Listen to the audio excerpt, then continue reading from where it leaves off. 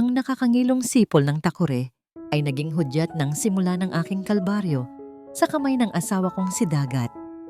Sa isang iglap, ang kumukulong tubig ay humalik sa aking balat, kasabay ng malamig na pagbaliwala ng aking biyenan sa aking paghihirap. Habang yakap ko ang aking tiyan, alam kong hindi lang sarili ko ang kailangang iligtas ko mula sa impyernong ito. Baon ang mga lihim na reseta ng aking ama. Tatalikuran ko ang lahat upang hanapin ang aking tunay na halaga sa gitna ng dusa. Ngunit sapat na ba ang tagumpay upang hilumin ang mga peklat ng nakaraan kapag ang taong sumira sa iyo ay muling kumatok sa iyong pinto? Kaya mo bang magpatawad kung ang bawat hapdi ay sumisigaw pa rin ng katarungan? Ang unang naramdaman ni Liab ay ang nakakangilong sipol ng takore. Isang tunog na dati ay hudyat ng mainit na kape sa umaga, ngunit ngayon ay tila babala ng isang paparating na baha ng dusa. Kasunod nito ay ang amoy ng alak.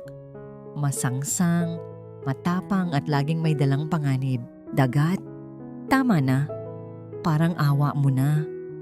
Garalgal ang boses ni Liab habang nakasandal sa malamig na pader ng kanilang kusina. Hawak niya ang kanyang tiyan, kung saan nararamdaman niya ang marahas na paggalaw ng sanggol sa loob. Tila pati ang munting buhay na yon ay nanginginig sa takot. Sinasagot mo na ako ngayon, bulyaw ni Dagat. Pula ang kanyang mga mata, hindi lang dahil sa kalasingan, kundi dahil sa puot na hindi maipaliwanag. Akala mo ba ay hindi ko alam na kaya ka lang matapang ay dahil sa perang iniwan ng tatay mo? Wala kang silbi, Liab. Wala. Sa isang iglap, tila huminto ang mundo. Inabot ni Dagat ang takureng kumukulo sa ibabaw ng kalan. Walang pag-aalinlangan, ibinuhos niya ang mainit na tubig sa direksyon ng kanyang asawa. Isang matalim na tili ang bumasag sa katahimikan ng gabi. Ang kumukulong likido ay humalik sa balat ng balikat at braso ni Liab. Pakiramdam niya ay hinihiwa ang kanyang laman ng libu-libong kutsilyong apoy. Napaluhod siya sa sahig, humihingal, habang ang usok mula sa kanyang napasong balat ay humahalo sa kanyang mga luha. Sa pintuan ng kusina, nakatayo si Doña Dahas. Hawak niya ang kanyang mamahaling abaniko, marahang nagpapaypay habang pinagmamasdan ang naghihirap na manugang. Ang ingay mo, Liab, nakakarindi. Malamig na sabi ng matanda, kung sumusunod ka lang sa asawa mo, hindi ka aabot sa ganyan. At huwag kang umarte na parang namamatay ka na. Kaunting tubig lang yan. Sa susunod na hihingi ka ng pera para sa negosyo mong walang kwenta, tandaan mo ang hapdi na yan. Tumawa ng paos si Dagat bago ibinalibag ang takure sa lababo. Diyan ka na. Maglinis ka ng kalat mo. Naiwan si Liab na nakasubsob sa sahig. Ang bawat paghinga ay parang paghatak ng karayom sa kanyang dibdib. Tiningnan niya ang kanyang mga palad na nanginginig. Ang pangarap niyang maging isang mahusay na tagapagluto, ang mga reseta ng kanyang ama na maingat niyang itinatago. Lahat ba ay matatapos na lang sa dilim ng bahay na ito? Hindi. Bulong niya sa sarili. Hindi ako mamamatay dito. Sa gitna ng kanyang paghihirap, naramdaman niya ang isang kamay sa kanyang likuran. Akala niya ay babalik si Dagat para saktan siya muli, kaya napapikit siya ng mariin. Shhh! Ma'am Liab, ako ito. Si Ginhawa, ang matandang katulong na tanging nakasaksi sa lahat ng kanyang pasakit. Puno ng luha ang mga mata ni Ginhawa habang dahan-dahang tinatakpan ng basang tela ang balikat ni Liab. Kailangan niyo nang umalis, ma'am. Ngayon na, bulong ni Ginhawa habang kinukuha ang isang maliit na bayong sa ilalim ng lababo. Nakaabang ang tricycle sa kanto. Nakabukas ang pinto sa likod. Huwag na kayong lilingon. Pero Ginhawa, paano ka? Malalaman nila. Huwag niyo na akong alalahanin. Ang bata sa sinapupunan niyo, ang isipin niyo. Ayaw niyo namang lumaki siya sa impyernong ito, di ba? Pinilit ni Liab na tumayo. Ang bawat galaw ay isang pagsubok sa kanyang hangganan.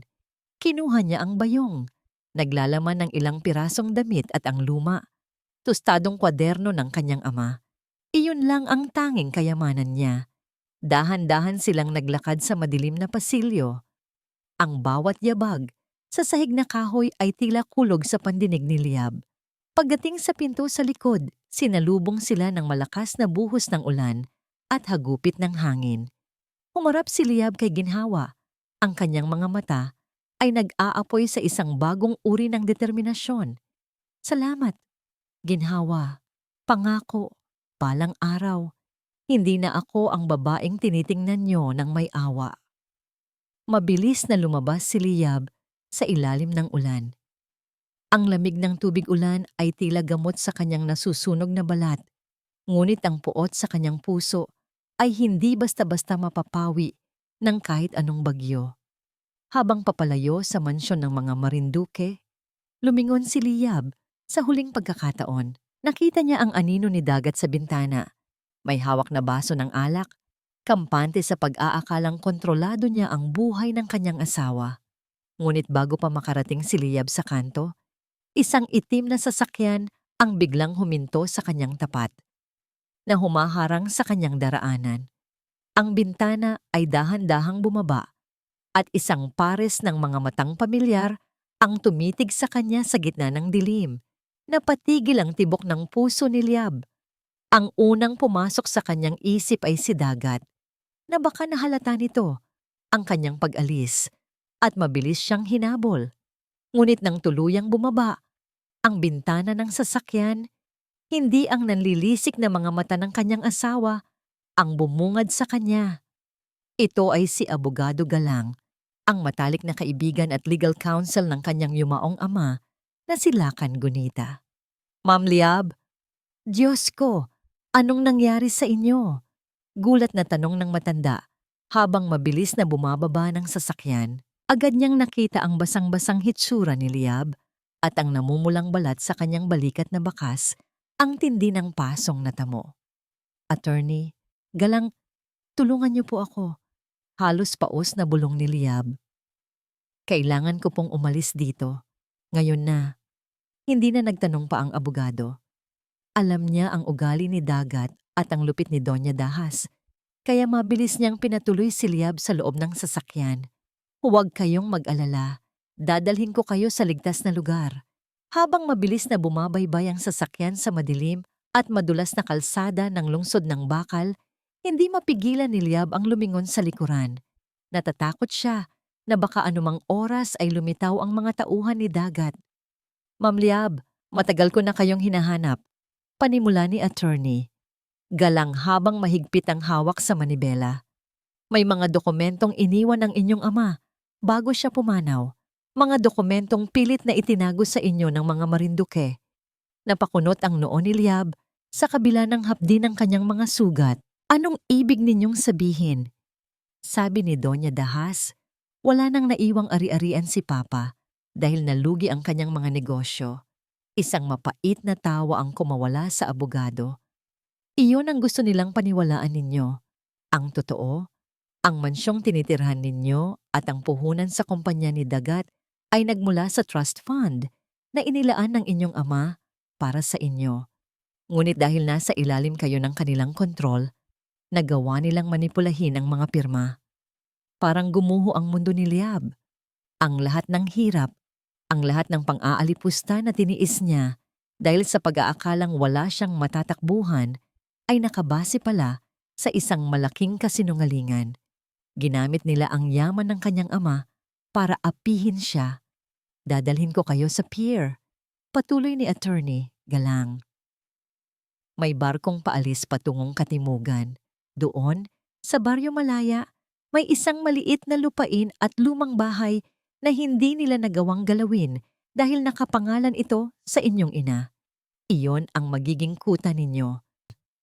Pagdating sa pier, mas lalong naging matindi ang kaba ni Liab.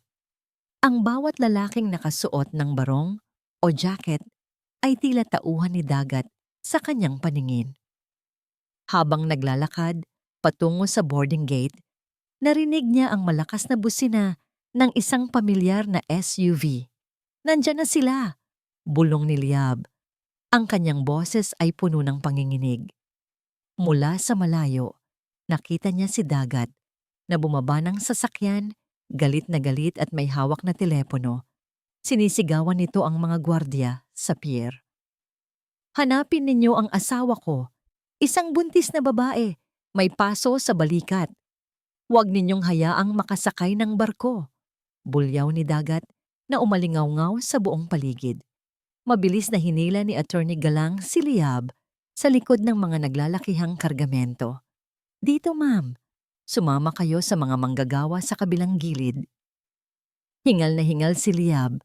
Ang bawat hakbang ay tila nagpapahirap sa kanyang sugat at sa kanyang dinadalang sanggol. Sa huling sandali, bago pa man maabot ng mga tauhan ni Dagat, ang ramp ng barko ay nakapasok na si Liab sa loob ng cargo area sa tulong ng abogado. Dahan-dahang gumalaw ang barko palayo sa pampang. Mula sa isang maliit na siwang, nakita ni Liab si Dagat na nakatayo sa dulo ng pier, nanlilisik ang mga mata habang sumisigaw ng mga pagbabanta. Ngunit sa pagkakataong ito, hindi na yuko ang ulo ni Liab. Hinawakan niya ng mahigpit ang tostadong kwaderno ng kanyang ama sa loob ng kanyang bayong. Paalam, Dagat, bulong ni Liab, habang ang mga luha ay patuloy na dumadaloy, hindi dahil sa takot, kundi dahil sa galit na ngayon nagiging gasolina ng kanyang determinasyon.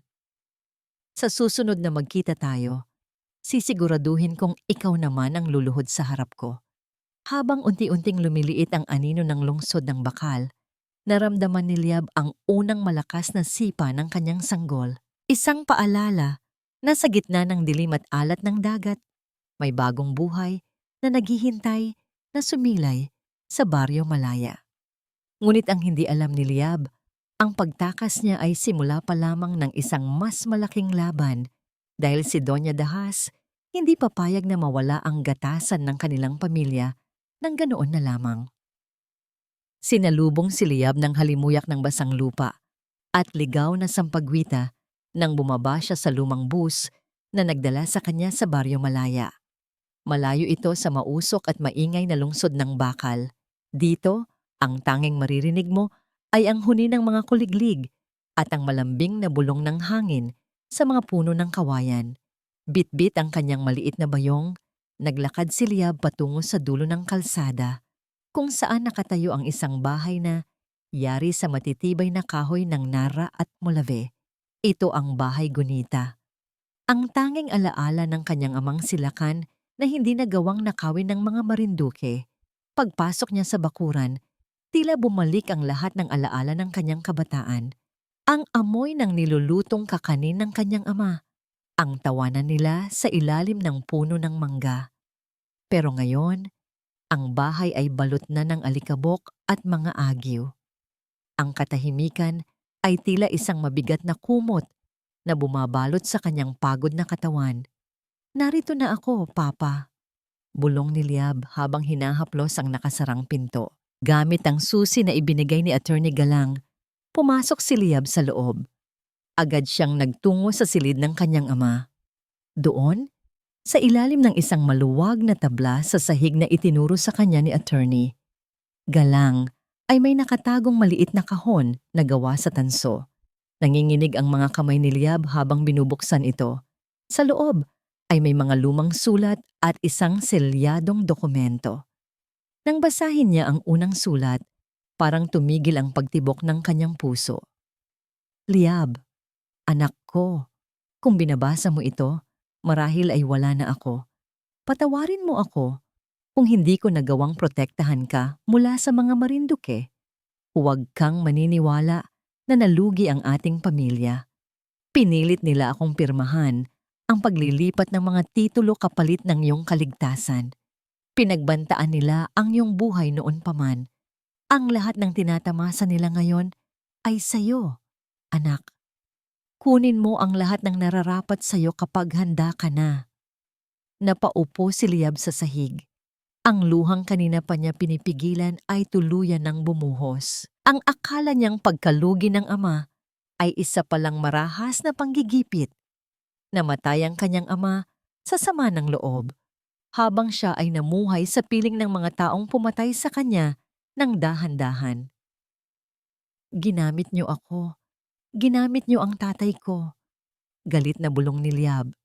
Ang hapdi ng paso sa kanyang balikat ay tila nag-alab muli, ngunit mas matindi ang apoy ng puot na nabubuo sa kanyang dibdib. Kinuha niya ang kwaderno ng mga reseta ng kanyang ama. Ngayon ay alam na niya ang halaga nito. Hindi lang ito mga sangkap para sa masarap na pagkain, ito ang kanyang magiging sandata. Ang bawat pahina ay may mga lihim na timpla na tanging pamilya, agusan lang ang nakakaalam, mga timplang kayang bumihag sa panlasa ng kahit na sino. Sinubukan ni Liab na tumayo upang maglinis, ngunit isang matalim na kirot ang biglang gumuhit mula sa kanyang balakang patungo sa kanyang tiyan. Napahawak siya sa gilid ng mesa. Huwag muna. Hindi pa ngayon. Ngunit ang sakit ay muling bumalik, mas matindi at mas regular. Naramdaman ni Liab ang pag-agos ng mainit na likido sa kanyang mga binti. Nabitawan niya ang kwaderno ng ama. Ang kanyang paningin ay nagsimulang lumabo. Wala siyang kasama, walang telepono, walang doktor. Ang pinakamalapit na kapitbahay ay ilang metro pa ang layo at madilim na ang buong paligid. Ginhawa, tulong. Tawag niya sa kawalan, ngunit ang tanging sumagot ay ang malakas na kulog sa kalangitan. Napaluhod si Liab sa sahig ng kusina, ang lugar kung saan balang araw ay balak niyang itayo ang kanyang pangarap. Ngunit sa sandaling ito, ang tanging pangarap niya ay ang mabuhay silang mag-ina. Isang malakas na sipa mula sa loob, ang tila nagsasabi sa kanya na hindi na makakapaghintay ang kanyang sanggol. Sa gitna ng dilim at ng kanyang nag-iisang laban, kailangan niyang magpakatatag. Kakayanin natin ito. Ang huling nasabi ni Liab bago siya mapahiga sa malamig na sahig, habang ang ulan ay nagsisimulang humampas sa bubong ng bahay gunita. Ang unang yak ni Sinag ay tila isang awit ng tagumpay na bumasag sa bagsik ng bagyo sa labas ng bahay gunita. Sa gitna ng madilim na kusina, habang ang tanging liwanag ay mula sa isang aandap-andap na gasera, isinilang ni Liab ang kanyang anak ng mag-isa. Walang doktor, walang nurse, tanging ang sariling lakas at ang alaala ng katatagan ng kanyang ama ang naging gabay niya. Nang idampi niya ang munting sanggol sa kanyang dibdib, naramdaman ni Liab ang isang uri ng pag-ibig na mas matindi pa sa anumang sakit na naidulot ni dagat. Sinag, bulong niya habang hinahaplos ang malambot na pisngi ng anak. Ikaw ang aking liwanag. Hindi ko hahayaang saktan ka ng mundong ito. 3 taon ang mabilis na lumipas. Ang Baryo Malaya ay hindi na lamang isang tahimik na nayon. Ngayon, tuwing madaling araw pa lamang, ang ihip ng hangin ay may dala ng masarap at nakakatakam na samyo ng nagbabagang kahoy at mga sariwang sangkap. Sa maliit na silong ng bahay gunita, nagtayo si Liab ng isang munting karinderya na tinawag niyang kalinangan ni Liab. Hindi ito ordinaryong kainan.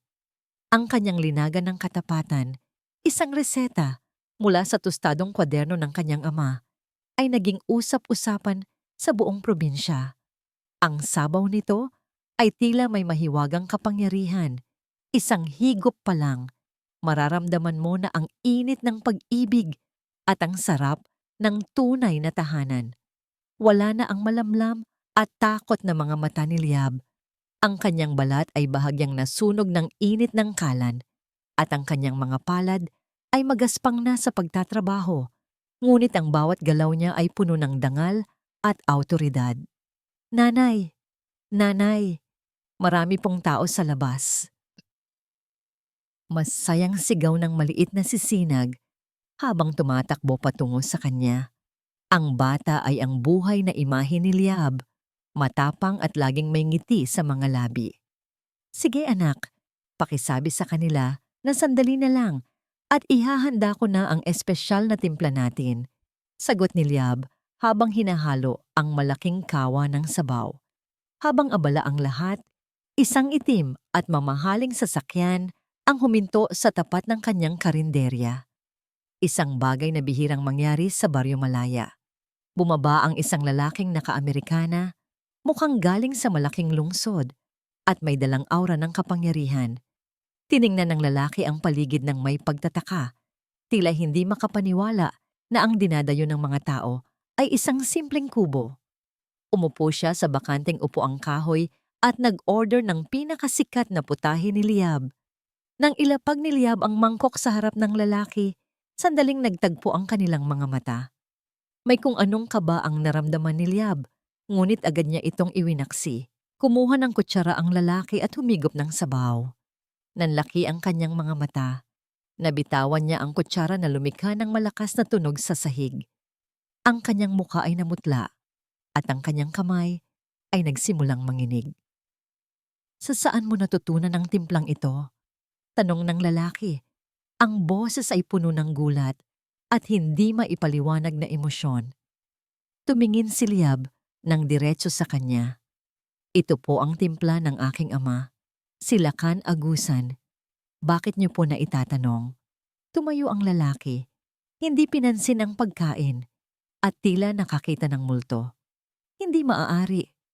Ang timplang ito ang orihinal na recipe ng Agusan Gold na ninakaw at sinasabing pag-aari ng mga Marinduque sa lungsod ng Bakal.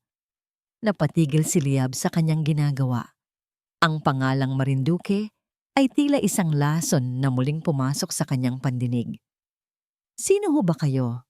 Tanong ni Liab. Ang kanyang boses ay nagiging malamig na tila yelo. Ang lalaki ay kumuha ng isang business card at inilapag sa mesa. Ako si Gabriel Silva, isang food critic at dating kasosyo ng iyong ama. At kung ikaw ang anak ni Lakan, kailangan mong malaman na ang kumpanyang pinapatakbo ni Dagat Marinduque ngayon ay unti-unti nang bumabagsak dahil hindi nila makuha-kuha ang tamang lasa na tanging ikaw lang ang nakakaalam. Isang mapait na ngiti ang sumilay sa mga labi ni Liab. Sa wakas, ang apoy na sinimulan ni Dagat ay unti-unti nang tumutupok sa sarili nitong bahay.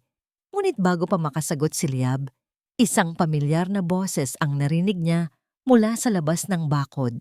Isang boses na nagpatayo ng lahat ng balahibo sa kanyang katawan. Liab, alam kong nandyan ka. Huwag mo nang itago ang anak ko. 3 taon. 3 mahabang taon na parang isang sumpa ang buhay ko simula nang mawala si Liab. Noon, akala ko ay swerte ko ang nagpapatakbo sa kumpanya. Akala ko ay dahil sa talino ko, kaya kami nasa itaas. Ngunit unti-unti, ang imperyong itinayo ko ay naging parang kastilyong buhangin na ginigiba ng bawat alon. Ang Agusan Gold, ang sikat naming produkto, ay unti-unti nang tinatanggihan ng merkado. Matabang, walang kaluluwa, hindi na katulad ng dati. Iyan ang sabi ng mga kritiko. Kailangan ko ang recipe ni Lakan. Kailangan ko si Liab. At higit sa lahat, kailangan ko ang anak na dinala niya. Nang pumasok ako sa bakuran ng hamak na karinderya na ito sa Baryo Malaya, ang unang bumungad sa akin ay ang amoy ng nilulutong pagkain. Isang amoy na tila nanunuot sa aking balat at nagpapaalala sa akin ng lahat ng bagay na nawala sa akin.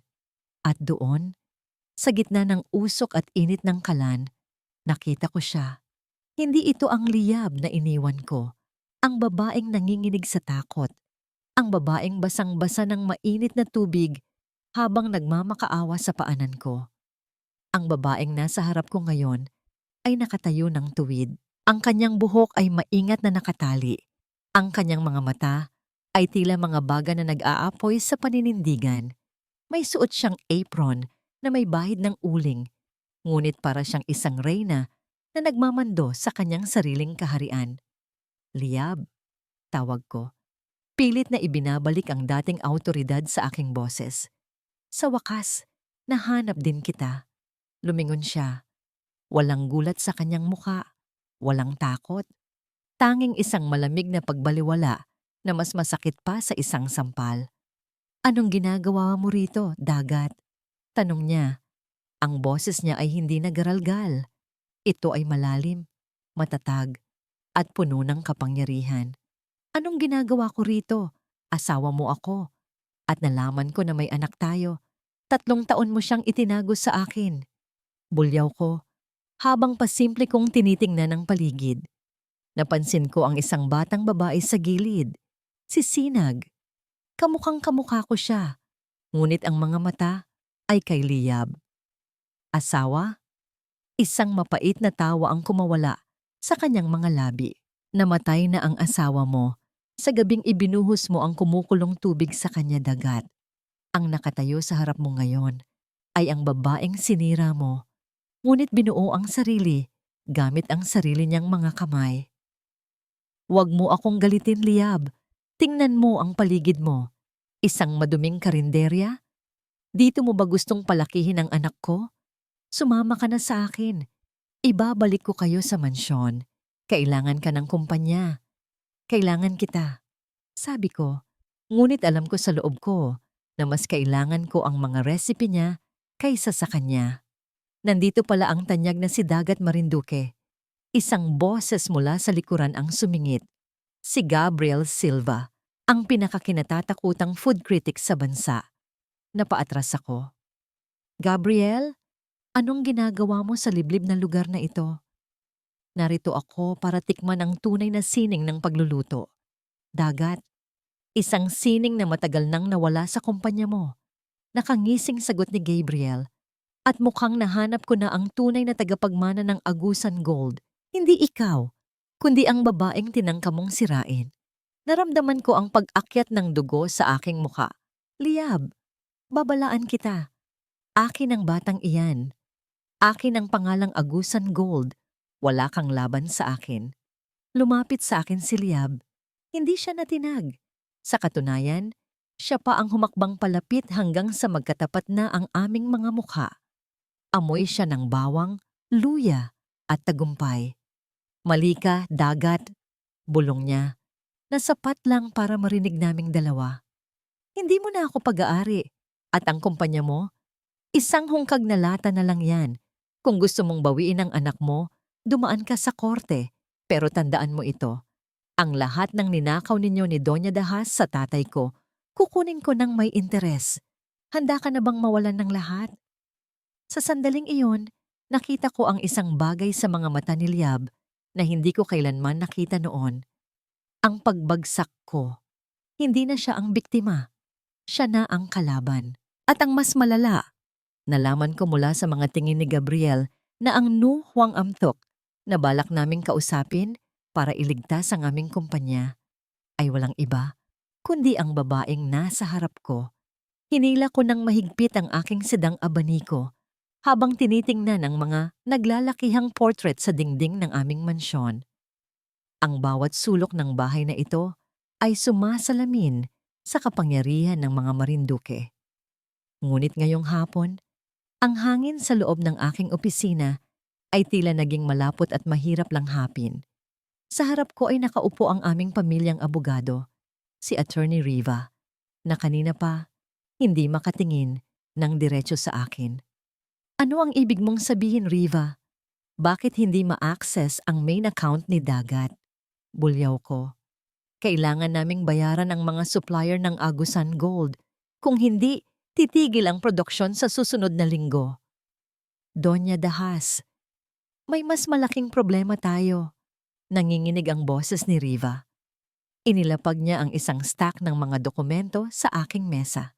Ang trust fund na pinagkukunan natin ng puhunan sa loob ng 3 taon, ang pondo ni Lacan Gunita na inilipat natin sa pangalan ni Dagat ay naka-freeze na. Paano mangyayari iyon? Kami ang may hawak ng power of attorney. Iyon na nga po ang problema. Ang power of attorney na ginamit natin ay revoked na. Isang bagong utos mula sa korte ang lumabas. Isang rightful heir ang lumitaw at naghain ng reklamo para sa fraudulent transfer of assets at falsification of documents. Nabitawan ko ang aking abaniko. Ang tunog ng pagbagsak nito sa sahig ay tila tunog ng isang hatol na bitay. Sino o sino? Patay na si Lakan. Sino ang mga ngahas na gumawa nito? Si Liab Agusan po, sagot ni Riva na parang isang bombang sumabog sa aking pandinig. Hindi lang siya buhay, Donya. Siya ang nasa likod ng Kalinangan Group of Companies, ang kumpanyang unti-unting bumibili sa mga shares ng ating mga supplier. Siya ang sumasakal sa atin, Donya Dahas. Napaupo ako sa aking silya, ang babaeng itinuring kong basura, ang babaeng ipinahiya ko at hinayaang masunog ang balat sa harap ko. Siya ang may hawak ng aming leeg. Hindi maaari. Bulong ko. Isang hamak na kusinera lang siya. Paano siya nagkaroon ng ganoong kalaking impluensya? Hindi lang siya nagluluto, Donya. Ginamit niya ang mga orihinal na titulo ng lupa ng kanyang ina sa Katimugan bilang collateral para sa mga foreign investors. At ang mas malala, ang lahat ng ebidensya ng pang-aabuso ni Dagat sa kanya ay isinumite na rin sa korte bilang bahagi ng kanyang petisyon na bawiin ang lahat ng pag-aari ni Lakan. Eksaktong bumukas ang pinto at pumasok si Dagat. Gusot ang kanyang barong, magulo ang buhok at amoy alak. Halatang galing siya sa biyahe mula sa Baryo Malaya. Mama, kailangan natin ng pera. Kailangan nating kumuha ng magagaling na tauhan para bawiin si Sinag. Sigaw ni Iya, hindi napapansin ang tensyon sa silid. Tumayo ako at buong lakas na sinampal ang aking anak. Ang tunog ng sampal ay umalingaw-ngaw sa buong mansyon. Gago! Sigaw ko sa kanya. Habang abala ka sa paghahanap sa kanya, hindi mo nalaman na kinuha na niya ang lahat sa atin. Dagat, wala na tayong pera. Ang mansyong ito, ang kumpanya, ang pangalan natin. Lahat iyan ay nakasangla na sa babaeng tinawag mong walang silbi. Napatulala si Dagat. Ano? Anong sinasabi niyo? Liab is not just back, Dagat. Sabi ko, habang nanginginig ang aking mga kamay sa galit at takot. She is no longer your wife. She is the one who will put us in jail. Sa sandaling iyon, ang maskara ng yaman at kapangyarihan na isinuot ko sa loob ng maraming taon ay tuluyan ng nagkapira-piraso. Mula sa bintana, nakita ko ang isang itim na sasakyang may plakang Kalinanangan na huminto sa harap ng aming gate. Isang lalaking nakauniporme ang bumaba at may dalang notice of evictions home. Nakaupo ako sa likod ng aking malapad na mesa sa main office ng Kalinangan Group. Mula sa ika-30 palapag ng gusaling ito, ang mga sasakyan sa ibaba ay tila mga langgam na naguunahan. 3 taon ang nakalipas. Ako ang isa sa mga langgam na yon. Maliit, tinatapakan, at madaling lirisun. Pero ngayon, ako na ang may hawak ng salamin na nagdidikta kung sino ang masisinagan ng araw. Bumukas ang pinto. Hindi na kailangan ng aking sekretarya na mag-anunsyo. Alam ko ang bigat ng yabag na yon. Ang yabag ng isang taong sanay na ang mundo ay umiikot sa kanya. Pumasok si Dagat, pero hindi na ito ang lalaking nakita ko sa Baryo Malaya na may bahid pa ng kayabangan. Ngayon, ang kanyang mga mata ay malalim ang itim na bilog. Ang kanyang suit ay hindi na plansado at ang kanyang mga kamay ay nanginginig. Liab, tawag niya. Wala na ang dating bulyaw. Ang boses niya ngayon ay parang isang nanghihingi ng limos. Hindi ako tumayo. Hindi ko rin siya tiningnan ng diretsyo. Ipinagpatuloy ko ang pagpirma sa mga dokumento sa harap ko. May 5 minuto ka, Dagat. Pagkatapos niyan, may meeting pa ako sa mga board members ng kumpanyang balak bumili sa natitirang assets niyo. Liab, parang awa mo na. Pag-usapan natin ito ng maayos. Mag-asawa pa rin tayo sa mata ng batas. Lumapit siya sa mesa ko. Pilit na hinahawakan ng kamay ko pero mabilis ko itong iniwas. Sa mata ng batas, Dagat, ikaw ay isang abusadong asawa na nagnakaw sa ari-arian ng biyenan mo. Malamig kong sabi. Ibinaba ko ang aking ballpen at dahan-dahang itinaas ang aking manggas. Ipinakita ko sa kanya ang peklat sa aking balikat, ang magaspang at maputing balat na iniwan ng kumukulong tubig. Ang batas na sinasabi mo ang siyang maglalagay sa iyo sa likod ng rehas. Ginawa ko lang ang lahat para sa atin, para sa kinabukasan natin. Pagsisinungaling niya, ang desperasyon ay mababanaag sa bawat galaw. At si Sinag, kailangan niya ng ama. Hindi mo siya pwedeng palakihin ng mag-isa. Ibigay mo sa akin ang anak ko at ititigil ko ang lahat ng laban na ito. Isang mapait na ngiti ang sumilay sa aking mga labi. Anak mo, noong ibinuhos mo ang tubig na iyon sa akin, iniisip mo ba ang anak mo? Noong hinayaan mo ang nanay mo na alipustahin ako habang naglilihi ako, nasaan ang pagiging ama mo? Tumayo ako at lumapit sa kanya. Sa bawat hakbang ko, napaatras si Dagat. Ngayon, ako na ang mas matangkad sa paningin ng katarungan. Hindi mo gusto si Sinag, Dagat. Ang gusto mo ay ang leverage na dala niya. Ang gusto mo ay ang recipe ng Agusan Gold na nasa dugo niya. Ang gusto mo ay ang pera ko para mabayaran ang mga utang mo. Wala kang ebidensya. Huling hirit niya. Pilit na nagmamatapang. Kinuha ko ang isang tablet sa mesa at ipinatugtog ang isang audio file. Ito ay boses ni Doña Dahas na nakikipag-usap sa isang fixer. Inuutusan itong palsipikahin ang pirma ng aking ama. Kasunod nito ay ang mga litrato ng aking mga pasa na kinuha ni Ginhawa bago ako tumakas. Lahat ng lihim niyo, Dagat, ay nasa kamay ko na. Ang notice of eviction na natanggap niyo kaninang umaga? Simula pa lang iyon. Ngayong hapon, isisilbi na ang warrant of arrest para sa inyong dalawa ng ina mo. Namutla si Dagat. Napasandal siya sa pader. Ang kanyang buong katawan ay tila nawalan ng buto. Liab, please, huwag mong gawin ito. Maawa ka kay mama. Matanda na siya. Ang awa ay para sa mga biktima, hindi para sa mga salarin. Sagot ko. Ngayon, lumabas ka na bago pa kita ipakakaaladkad sa security. At huwag na huwag mong babanggitin ang pangalan ng anak ko. Wala siyang ama na kriminal. Lalabas na sana si Dagat nang biglang bumukas ang pinto at pumasok ang dalawang pulis kasama si attorney. Galang. Dagat Marinduque, you are under arrest for domestic violence and large-scale fraud, pahayag ng pulis. Habang pinapoposan si Dagat, tumingin siya sa akin, puno ng pagsisisi, takot, at galit. Pero wala na akong naramdaman. Ang dating apoy ng puot sa puso ko ay naging malamig na yelo na.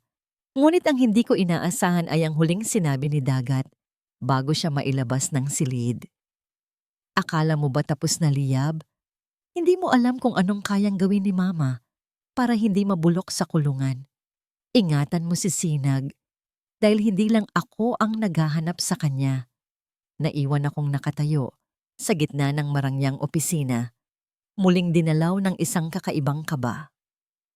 Ang tunog ng rehas na bakal na sumasara ay tila isang hatol na wala nang balikan. Ang lamig ng semento sa loob ng selda ay nanunuot sa aking mga buto, isang lamig na mas masahol pa sa kahit anong ulan na naranasan ko sa labas. Dito, sa loob ng kulungan ng lungsod ng bakal, wala nang senyorito Dagat. Wala nang mamahaling suit, wala nang alak, at wala nang mga taong yumuyuko sa bawat utos ko. Ang tanging kasama ko ay ang amoy ng ihi, ang ingay ng ibang mga bilanggo, at ang anino ng aking sariling mga pagkakamali. Dagat, isang mahinang boses ang tumawag sa akin mula sa kabilang selda. Si Mama, si Doña Dahas, ang dating reyna ng aming mansyon ay mukhang isang basahan ngayon. Ang kanyang buhok ay gulo-gulo. Ang kanyang mga mata ay puno ng takot na hindi ko akalaing makikita ko sa kanya. Mama, anong nangyari? Sabi mo kontrolado mo ang lahat. Galit kong bulong. Ang babaeng iyon, si Liab, masyado siyang matalino. Pabulong na sagot ni Mama. Hindi lang niya tayo kinuhaan ng pera. Kinuha niya ang dangal natin. Pero huwag kang mag-alala. Meron pa akong isang alas. May itinago akong dokumento sa lumang vault sa bodega ng mansyon bago tayo pinalayas. Kung makuha yon ni Attorney Riva, makakalabas tayo rito. Nang makalabas ako pansamantala dahil sa humanitarian bail na ipinilit ng aming huling natitirang abogado, hindi ako bumalik sa mansyon. Wala na kami niyon. Naglakad ako sa kalsada, isang taong gala na walang direksyon. Napunta ako sa isang maliit at maduming karinderya sa kanto. Gutom na gutom ako. Umorder ako ng pinakamurang sabaw. Nang humigop ako, bigla akong naluha. Hindi dahil sa sarap, kundi dahil sa pait. Ang sabaw na ito ay walang lasa kumpara sa niluluto ni Liab noong kami ay magkasama pa. Naalala ko ang gabi ng insidente, ang usok ng takore, ang tili ni Liab. Sa sandaling iyon, ang akala ko ay kapangyarihan ang ginagawa ko. Pero dito sa gitna ng dumi at hirap, na-realize ko na yun ang simula ng aking pagbagsak. Sinunog ko ang tanging taong tunay na nag-alaga sa akin. Hinalungkat ko ang aking bulsa at nahanap ang isang lumang sobre na nakuha ko sa gamit ni Mama bago kami arestuhin. Ito ang mga sulat ni Lakan Gunita na hindi niya kailanman ibinigay sa akin. Binasa ko ang isang sulat na naka-address sa akin. Dagat, alam kong nahihirapan ka sa pressure ng iyong ina. Huwag mong piliting maging katulad niya. Ang pag-ibig ni Liab, ang tunay mong yaman. Kung aalagaan mo ang anak ko, ang lahat ng ari-arian ko ay malaya mong magagamit. Huwag mong hayaang kainin ng gahaman ang iyong puso. Nabitawan ko ang papel. Gusto kong sumigaw. Gusto kong manakit ang biyenan ko. Pinagkatiwalaan ako. Pero dahil sa sulsol ni Mama at sa sarili kong kahangalan, pinili kong maging halimaw. Karma. Ito na ang karma ko. Bulong ko habang nakatingin sa aking mga kamay na nanginginig. Pero ang pagsisisi ay huli na. Nang bumalik ako sa hideout ni Mama, isang maliit na apartment sa squatters area, nakita ko siyang may kausap sa telepono. Ang kanyang mukha ay may nakakatakot na ngiti. Gawin niyo na, utos ni Mama sa kabilang linya. Kung hindi tayo makakabalik sa mansyon, sisiguraduhin kong walang matitirang pangarap para kay Liab. Kunin niyo ang bata. Dalhin niyo sa akin si Sinag. Napatayo ako sa takot. Mama, huwag! Huwag mong idamay ang anak ko. Lumingon sa akin si Mama. Ang kanyang mga mata ay parang sa isang baliw. Anak mo? Siya na lang ang tanging tiket natin para makuha muli ang pera ni Lakan. Dagat, huwag kang maging mahina. Bago ko pa mapigilan si Mama, mabilis siyang lumabas ng pinto at sumakay sa isang naghihintay na motorsiklo. Naiwan akong nakatayo sa gitna ng dilim. May pagkakataon pa ba akong itama ang lahat? O ang karma ko ay ang panoorin ang huling liwanag ng buhay ko na mamatay dahil sa sarili kong kadugo. Ang ulan sa gabing ito ay tila walang katapusan. Ang bawat patak sa salamin ng bintana ng aking bagong tahanan ay nagpapaalala sa akin ng gabing tumakas ako mula sa impyerno. Ngunit ngayon, hindi na ako ang babaeng basang-basa sa takot. Ako na ang babaeng may kontrol sa sarili niyang tadhana.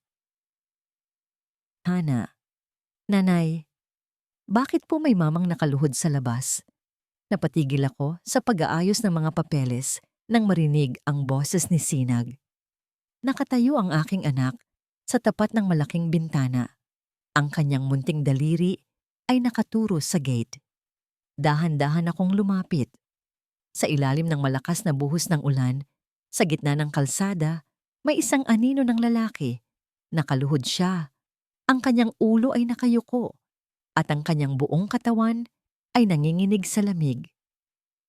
Si Dagat. Kumuha ako ng payong at lumabas. Sa bawat hakbang ko sa basang damo, Nararamdaman ko ang bigat ng nakaraan. Nang makarating ako sa harap niya, hindi siya agad tumingala. Ang tubig ulan ay dumadaloy mula sa kanyang buhok patungo sa kanyang mukhang punong-puno ng galos at dumi. Anong ginagawa mo rito, dagat? Malamig kong tanong. Hindi pa ba sapat ang warrant of arrest para lumayo ka sa amin? Dahan-dahan siyang tumingala. Ang kanyang mga mata ay mapula. Hindi dahil sa alak, kundi dahil sa tunay na pagdurusa. Liab, hindi ako nandito para sa pera. Hindi rin ako nandito para sa kumpanya. Kung ganoon, bakit? Nandito ako para sabihing patawad. Ang kanyang boses ay nanginginig, halos malunod ng tunog ng kulog. Nalaman ko na ang lahat, ang mga sulat ni Papa Lacan, ang mga kasinungalingan ni Mama, ang lahat ng ginawa ko sa'yo. Humagulgol siya, isang tunog ng lalaking nawalan ng lahat, pati na ang sarili niyang dangal. Patawarin mo ako, Liab, hindi para tanggapin mo ako muli, kundi para lang malaman mo na nagsisisi ako. Handa akong mabulok sa kulungan, basta malaman kong mapapatawad mo ang kaluluwa ko. Tinitigan ko siya. Noon, pangarap kong makita siyang ganito. Wasak, luhaan at nasa paanan ko. Pero ngayong nandito na siya, wala akong naramdamang tuwa. Tanging isang malalim na buntong hininga ang kumawala sa aking dibdib. Ang kapatawaran, dagat, ay hindi ibinibigay dahil lang nakaluhod ka sa ulan, sabi ko sa kanya. Ibinibigay ko ito dahil ayaw ko nang dalhin ang bigat ng galit sa puso ko. Pinatatawad na kita. Hindi dahil karapat-dapat ka, kundi dahil karapat-dapat ako sa katahimikan. Isang bahagyang ngiti ng pasasalamat ang sumilay sa kanyang labi bago siya muling yumuko. Salamat, Liab. At may isa pa. Kailangan mong mag-ingat. Si Mama, nawawala siya sa sarili. Balak niyang kunin si Sinag. Huwag kang magtitiwala kahit kanino. Bigla akong kinabahan. Lumingon ako sa bintana kung saan naroroon si Sinag kanina. Wala na ang bata. Sinag! Tawag ko. Ang boses ko ay nagsimulang mapuno ng takot. Mabilis akong tumakbo pabalik sa loob ng bahay. Bukas ang pinto sa likod. Ang pinto na palagi kong sinisiguradong nakakunsi. Sa sahig, nakita ko ang paboritong manika ni Sinag. At sa tabi nito, ang isang pamilyar na abaniko na yari sa seda. Kay Doña Dahas, dagat. Si Sinag. Sigaw ko. Tumayo si dagat mula sa pagkakaluhod, tila nabuhayan ng lakas sa gitna ng desperasyon. Sa huling pagkakataon, nagkatinginan kaming dalawa. Wala nang puot sa pagitan namin, tanging ang takot para sa buhay ng aming anak. Hahanapin natin siya, Liab. Pangako, kahit buhay ko ang kapalit. Sabi ni dagat, bago siya mabilis na tumakbo patungo sa madilim na bahagi ng kalsada kung saan may isang sasakyang kakarag-karag na mabilis na humaharurot palayo. Ang ulan ay lalong lumakas, tila sinusubukang burahin ang mga bakas ng krimen na kasasagawa pa lamang. Ang bawat patak ng ulan sa bubong ng lumang bodega sa pantalan ay tila tunog ng orasan na mabilis na nauubos. Sa loob, sa ilalim ng malamlam na ilaw ng isang bumbilya, nakatayo si Doña Dahas. Hawak niya sa braso ang umiiyak na si Sinag, habang sa kabilang kamay ay isang matalim na piraso ng basag na bote. Tumahimik ka, bata. Kung hindi dahil sa'yo, hindi sana tayo naghihirap ng ganito. Bulyaw ni Doña Dahas. Ang kanyang mga mata ay wala na sa katinuan. Ang pagkatalo at kahihiyan ay tuluyan ng lumingon sa kanyang isipan. Biglang bumukas ang malaking pinto ng bodega. Pumasok si Liab, hingal na hingal, kasunod si dagat, na basang-basa at may sugat sa noo. Mama, bitawan mo ang bata, sigaw ni dagat. Ang kanyang boses ay puno ng pait. Tama na, Mama. Tapos na ang laban. Huwag mong idamay ang inosenteng dugo ng apo mo. Apo? Wala akong apo sa isang hamak na kusinera. Tawa ng matanda, isang tawang nakakakilabot. Liab, ibalik mo ang lahat ng pinirmahan ko. Ibalik mo ang mansyon. Kung hindi, isasama ko ang batang ito sa impyerno. Huminga ng malalim si Liab. Kahit nanginginig ang kanyang tuhod, nanatili siyang matatag. Dahas, tingnan mo ang sarili mo. Tingnan mo ang ginawa mo sa anak mo at sa pamilya mo. Ang yaman na hinahabol mo ay abona. Pero ang buhay ni Sinag, iyan ang huling bagay na hindi mo pwedeng sirain. Dahan-dahang lumapit si Dagat. Sinubukang kunin ang atensyon ng kanyang ina. Mama, tingnan mo ako. Ako ito, si Dagat. Ang anak mong palagi mong sinusunod. Pakiusap. Ibigay mo sa akin si Sinag. Handa akong sumama sa iyo sa kulungan. Basta ligtas siya. Sa isang sandali ng pag-aalinlangan ni Doña Dahas, mabilis na kumilos si Dagat. Sinunggaban niya ang kamay ng kanyang ina na may hawak na bote. Nagpumiglas ang matanda at sa gitna ng kaguluhan, naitulak ni Dagat si Sinag patungo kay Liab. Takbo, Liab! Takbo! Sigaw ni Dagat. Niyakap ni Liab ang anak at mabilis na lumayo habang pumasok ang mga pulis na kanina pa nakaabang sa labas. Sa huling sulyap ni Liab, nakita niya si Dagat na mahigpit na nakayakap sa kanyang ina. Pinipigilan itong makapanakit pa habang pareho silang napaluhod sa maduming sahig. Isang imahe ng isang pamilyang winasak ng sariling kasakiman. Isang buwan ang lumipas, ang sikat ng araw sa Baryo Malaya ay napakaganda. Ang kalinangan ni Liab ay muling nagbukas, ngunit ngayon ay mas malaki na ito at mas marami ng sangay sa buong bansa.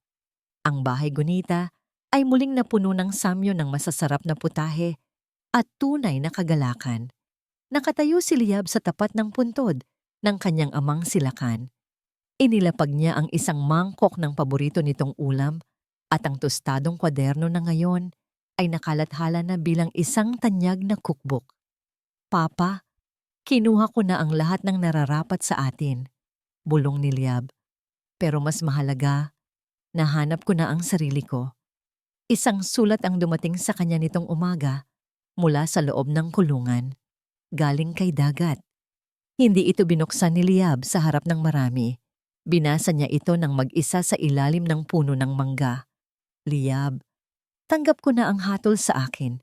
Dito sa loob, natutunan kong magluto para sa ibang bilanggo. Ngayon ko lang naintindihan ang sinasabi mo, na ang pagkain ay hindi lang negosyo, kundi serbisyo at pag-ibig. Huwag mo nang sasabihin kay Sinag ang tungkol sa akin hanggat hindi pa ako nagiging karapat-dapat na tawaging ama. Maraming salamat sa kapatawaran. Malaya ka na at malaya na rin ang puso ko. Tinupi ni Liab ang sulat. Hindi siya umiyak. Ngumiti siya. Nanay! Nanay! Luto na po ang kakanin. Sigaw ni Sinag mula sa kusina. Papunta na ako, anak. Sagot ni Liab. Naglakad siya pabalik sa kanyang kaharian. Ang mga peklat sa kanyang balat ay naroon pa rin, ngunit hindi na ito tanda ng sakit. Ito ay mga medalya ng kanyang tagumpay. Isang paalala na ang isang babaeng nagmula sa apoy ay hindi kailanman muling masusunog dahil siya na mismo ang liwanag na nagbibigay buhay sa lahat. Dito nagtatapos ang kwento ni Liab, ang babaeng dumaan sa matinding pagsubok ngunit nanatiling matatag para sa kanyang dangal at sa kinabukasan ng kanyang anak. Ang aral ng kwentong ito ay simple lang. Ang tunay na lakas ng isang babae ay hindi nasusukat sa kung gaano karaming sakit ang kaya niyang tiisin, kundi sa kung paano niya nagagawang bumangon at itayo ang sarili niyang mundo pagkatapos siyang sirain ng iba. Ang pagpapatawad ay hindi nangangahulugan ng pagbabalik sa nakaraan, kundi ang pagpapakawala sa bigat upang makahakbang patungo sa isang mas maliwanag na hinaharap. Sana ay nagustuhan ninyo ang kwento ni Liab at ng kanyang pakikipagsapalaran. Ano pong bahagi ng kwento ang pinakapumukaw sa inyong damdamin? I-comment niyo po sa ibaba kung anong uri pa ng mga kwento ang gusto ninyong mapakinggan dito sa ating channel. Hindi dito nagtatapos ang ating paglalakbay. Marami pa pong kwentong kasing ganda at mas puno ng aral dito sa aming channel. Kung nagustuhan niyo ang kwentong ito, i-like, i-share sa pamilya at mga kaibigan at mag-subscribe na rin para lagi kayong updated sa mga susunod pa naming kwento. I-click niyo ang notification bell para kayo ang unang makarinig kapag may bago kaming upload. Pagpalain po kayo ng Panginoon, kayo at ang inyong buong pamilya. Hanggang sa muli!